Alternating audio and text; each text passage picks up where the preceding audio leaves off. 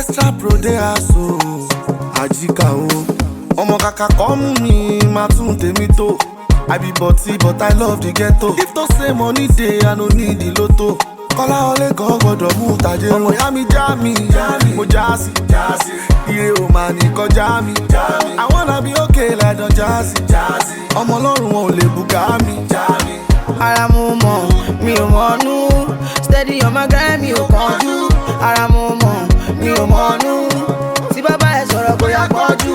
Ara mo mọ̀, mi ò mọ̀nú. Steady on my grind, mi ò kánjú. Ara mo mọ̀, mi ò mọ̀nú.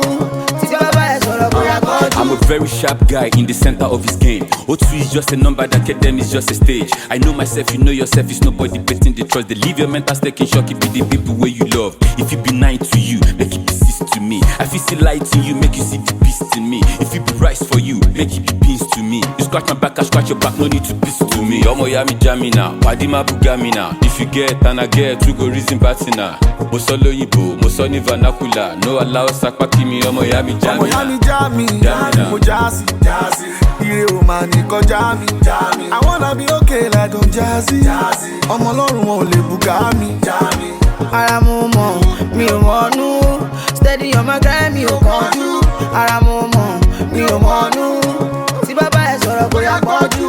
Ara mo mọ̀, mi ò mọ̀nú. Steady on my grind, mi ò kánjú. Ara mo mọ̀, mi ò mọ̀nú. Tí bàbá ẹ sọ̀rọ̀ kò yá pọ̀jù. Phajol-Filmz, Bamiki, Oba HQ. They call me Femxy X Zigido, them say no. Femxy X no more, no more, no. Xtra Pro dey aso.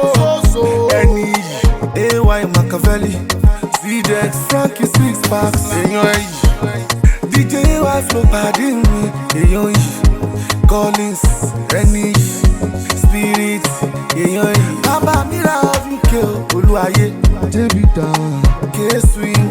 Sontoria. Èèyàn mi ló dù Bella o. Alhaji Agbọ̀gbọ̀n. Femi Click. Ṣọmọ Makanaki. Pepsi. The light stitches. Ṣọmọ Bella. Ológun ẹrú. Audi. Yẹn máa jẹ entertainment. Èèyàn HB. Jimon.